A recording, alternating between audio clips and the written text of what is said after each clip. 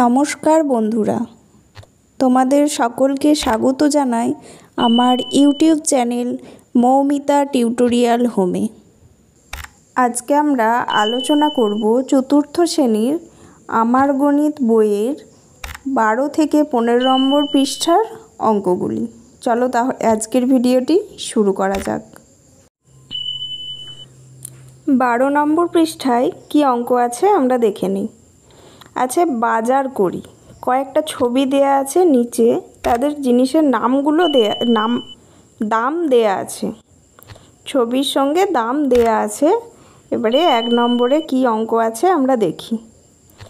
সৌমেন একটি খাতা, একটি টুপি ও একটি পেন্সিল কিনল। সৌমেন দোকানিকে 100 টাকা দিল। তাহলে এখানে আমাদের যে ছবির সাথে দামগুলো আছে সেগুলো এখানে দেখতে হবে। একটা খাতার দাম কত? একটা খাতার দাম 20 টাকা, একটা টুপির দাম 25 টাকা, আর একটা পেন্সিলের দাম 3 টাকা। তিনটে যোগ করলে সৌমেনের ক টাকা হলো? 48 টাকা। সে দোকানিকে 100 টাকা দিয়েছিল, তাহলে কত টাকা ফেরত পাবে? কিভাবে বের করব? 100 থেকে 48 বিয়োগ করব। এখানে বিয়োগটা পাশে করে দেখানো আছে, দেখো 100 আর 48 বিয়োগ করলে হয় 52 টাকা। তাহলে সে দোকানির কাছে 52 টাকা ফেরত পেয়েছিল। 2-এর দাগে চলে এসেছি আমরা। 13 নম্বর পৃষ্ঠায় 2-এর দাগের অঙ্ক দেখো কি বলেছে। রেশমি এক জোড়া জুতো, একটি ছাতা ও 1 প্যাকেট বিস্কুট কিনলো। তাহলে আগের পাতায় দেখে নেবে দামগুলো কত আছে। এক জোড়া জুতো 80 টাকা, একটি ছাতা 60 টাকা, আর 1 প্যাকেট বিস্কুটে 50 টাকা। মোট ক টাকা হয়েছে? পাশে যোগটা করে দেখানো আছে, তলায় তলায় যোগ করবে। যোগটা করে হচ্ছে কত? 145 টাকা। তাহলে রেশমি ক টাকার জিনিস কিনলো? 145 টাকার। 3-এর দাগে চলে যাব। রাহুল 4টি আম, 3 জোড়া কলা কিনলো। তাহলে দোকানিকে কত টাকা দিল? তাহলে একটি আমের দাম ছবিতে দেখে নেবে। একটি আমের দাম আছে 8 টাকা, তাহলে 4টে আম কিনেছে। 4টি আম কিনলে তাহলে কিভাবে বার করব? 8 গুণিত 4 সমান 32। 32 টাকা হলো। আর 3 জোড়া কলা, 3 জোড়া কলা, তাহলে একটি কলার দাম ছিল 4 টাকা, 3 জোড়া কলার দাম হবে 24 টাকা। তাহলে মোট ক টাকা হবে কিভাবে বার করব? 32 এবং 24 যোগ করব, করে হচ্ছে 56 টাকা। 4-এর দাগে চলে যাব। প্রিয়া 5টি পেয়ারা ও 4টি কলা কিনলো। আচ্ছা, 5টি পেয়ারার দাম ও 4টি কলার দাম কিভাবে বার করব? একটি পেয়ারার দাম ছিল 5 টাকা, তাহলে 5টি পেয়ারার দাম 5 আর 5-এ গুণ করব, হবে 25। আর 4টি কলা, একটি কলার দাম যদি 4 টাকা হয়, 4টি কলার দাম 4 গুণ 4 সমান 16 টাকা। তাহলে দুটো 25 আর 16 পাশে যোগ করে দেখিয়ে দেওয়া হয়েছে, দেখো তলায় তলায় যোগ করবে। 25 আর 16 যোগ করলে হয় 41 টাকা। 5-এর দাগে চলে যাব। রেহানা 2টি 1 লিটারের জল ভর্তি খাবার জলের বোতল কিনলো। সে দোকানিকে 50 টাকার একটি নোট দিল। আচ্ছা দেখো, 2টি জলের বোতলের দাম, একটির দাম 10 টাকা, তাহলে দুটির দাম কত? 20 টাকা। তাহলে সে কত ফেরত পাবে? তাহলে সে 20 টাকার জল কিনেছে, 50 টাকা দিয়েছিল দোকানিকে। কিভাবে বের করতে হবে? 50 বিয়োগ 20, বিয়োগ করলে তলায় তলায় বিয়োগ করো, বিয়োগ করলে হচ্ছে দেখো পাশে লেখা আছে 30। তাহলে সে কত ফেরত পেল? 30 টাকা। দেখো 6 নম্বর প্রশ্ন 14 নম্বর পৃষ্ঠায় আমরা চলে এসেছি। 6-এর অঙ্কে কি আছে? রমিতা একটি ফল রাখার ঝুড়ি, একটি ব্যাডমিন্টন র্যাকেট কিনলো। সে দোকানিকে একটি 100 টাকার নোট দিল। তাহলে আগের পাতায় দেখে নেবে ব্যাডমিন্টন র্যাকেট আর ফল রাখার ঝুড়ির দাম কত ছিল। ফলের ঝুড়ি ছিল একটির দাম 15 টাকা, র্যাকেটের দাম ছিল 90 টাকা। দুটো যোগ করা হয়েছে পাশে, দেখো দুটো যোগ করে হয়েছে 105 টাকা। তাহলে সে 100 টাকা দিয়েছিল দোকানদারকে। কিভাবে বাকিটা বাইর করব? 100, 105 বিয়োগ 100, তাহলে থাকছে কত? 5 টাকা। তাহলে রমিতা দোকানিকে আরও 5 টাকা দেবে। এবার পরের অঙ্কে চলে যাই। পরের অঙ্কগুলো দেখো খাতায় করে দিয়েছি, দেখে নাও। দেখো 7-এর দাগে কি আছে?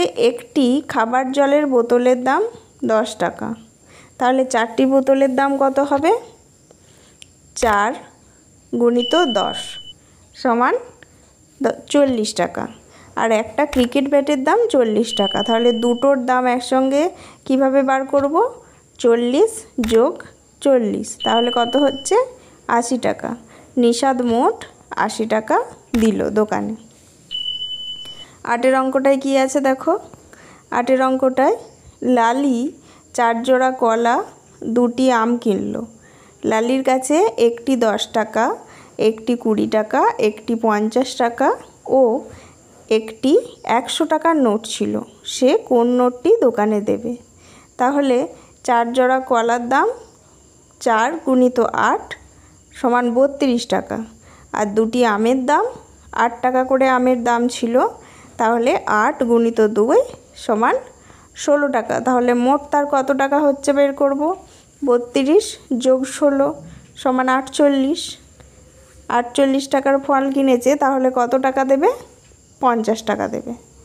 এবার তাহলে সে কত ফেরত পাবে কিভাবে বের করব?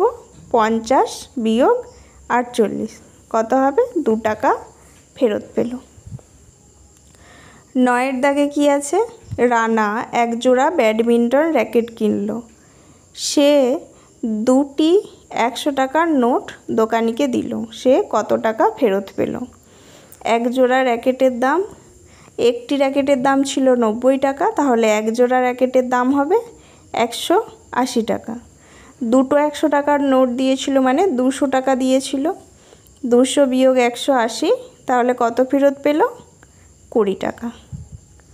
এবার 10-এর অঙ্কে চলে যাব। পর্ণার কাছে 40 টাকা আছে। সে কতগুলি কলা কিনতে পারবে? যদি সে পেয়ারা কেনে তাহলে ওই টাকায় সে কতগুলি পেয়ারা কিনতে পারবে এবং কত টাকা তার কাছে পড়ে থাকবে? তাহলে অঙ্কটা দেখে নাও। একটি কলার দাম যদি 4 টাকা হয়, তাহলে 40 টাকায় সে কটা কলা কিনতে পারবে? 40কে 4 দিয়ে ভাগ করব, তাহলে আসবে উত্তর 10টি। আর পেয়ারা, এবার একটি পেয়ারার দাম যদি 5 টাকা হয়, তাহলে 40 টাকায় কটা পেয়ারা কিনতে পারবে? 40 ভাগ 5 সমান 8টি। তাহলে যদি পেয়ারা কেনে তাহলে 8টি পেয়ারা কিনতে পারবে এবং তার কাছে কোনো অবশিষ্ট টাকা থাকবে না। 11-র দাগে চলে যায়। 11-র দাগে একটি আমের দাম 8 টাকা আর 4টি পেয়ারার দাম 4 গুণ 5 সমান 20 টাকা। 5টি কলার দাম 5 গুণ 4 সমান 20 টাকা।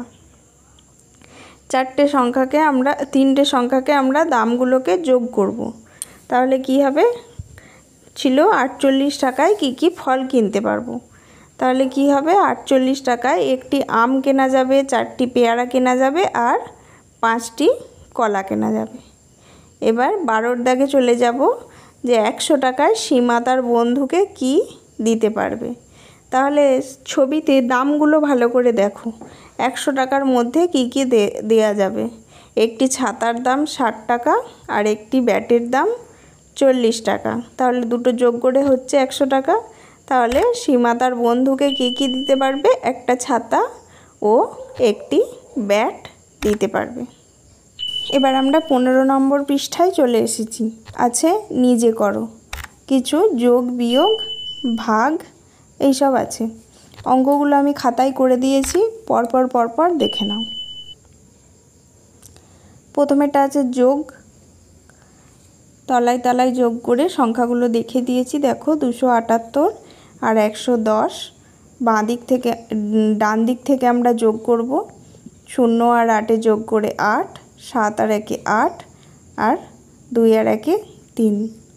পরে 2 এর দাগেরটা আছে দেখো 285, আর 2 মাঝে ফাঁকা ছিল, আর পরেরটা 1 দেয়া আছে। এখানে 5 আর 1 যোগ করে 6, আর এখানের উত্তরটা 9 আছে। তাহলে 8 আর 9 আর 8 বিয়োগ করে যেই সংখ্যাটা আসে সেটাকে দিয়ে যোগ করতে হবে। তাহলে 1 আসে, এখানে হবে 1, আর এখানে 2 আর 2 4। 3 এর দাগে বিয়োগটাও এই একইভাবে করে দেয়া আছে, দেখে নাও। 3 এবং 4 বিয়োগটা একই রকমভাবে করে দেয়া আছে। আমরা 5 এর দাগে চলে যাব। 5 এর দাগে আছে গুণ। দুটো পদ্ধতিতে গুণ করে দেখানো আছে, দেখো।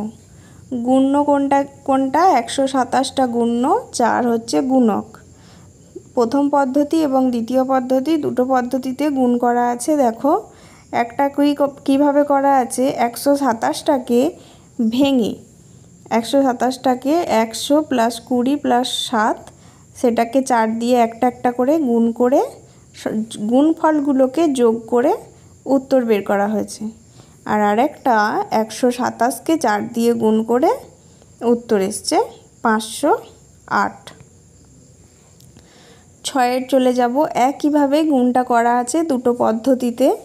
একটাই 238টাকে 200 + 30 + 8 দিয়ে ভাঙা আছে, এবং 2 দিয়ে সব সংখ্যাগুলিকে গুণ করে যোগ করে উত্তর এসছে 476। এবং দ্বিতীয় পদ্ধতিতেও গুণ করে উত্তর এসছে 476। 7 দাগে চলে যাব। ভাগ। 238কে 3 দিয়ে ভাগ। আমরা এখানে বাঁ দিক থেকে সংখ্যা নিয়েছি। বাঁ দিক থেকে প্রথমে শতক আর দশকের ঘরে সংখ্যা নিয়ে গুণ করে দেখিয়েছি। 3 7 21। এখানে ডান দিকের একটি একটি করে সংখ্যা নামে আমরা জানি ভাগের সময়। 3 9 27, অবশিষ্ট আছে 1, সেটাকে আমরা বলি ভাগশেষ। তাহলে ভাজ্য 238 ভাজক 3 ভাগফল 89, এই 79 ভাগশেষ 1। আর ভাজ্য সমান আমরা জানি ভাজ্যক গুণিত ভাগফল যুক্ত ভাগশেষ। 8 অঙ্কটাও দেখো একইভাবে ভাগ করা আছে। ভাজ্য 405 ভাজক 4 ভাগফল 101 ভাগশেষ 1। ভাজ্য সমান ভাজক গুণিত ভাগফল যুক্ত ভাগশেষ। এখানে আমরা জানি ভাগশেষের থেকে ভাজক সবসময় ছোট হয়। ভুল বললাম, ভাগশেষ ভাজকের চেয়ে ছোট হবে। ভাজকটা বড় হবে, ভাগশেষটা ছোট হবে। আজকের ভিডিওটি এখানেই শেষ হলো। যদি ভিডিওটি ভালো লেগে থাকে অবশ্যই চ্যানেলটিকে সাবস্ক্রাইব করুন, এবং এই ধরনের ভিডিও আরও পেতে কমেন্টে জানান।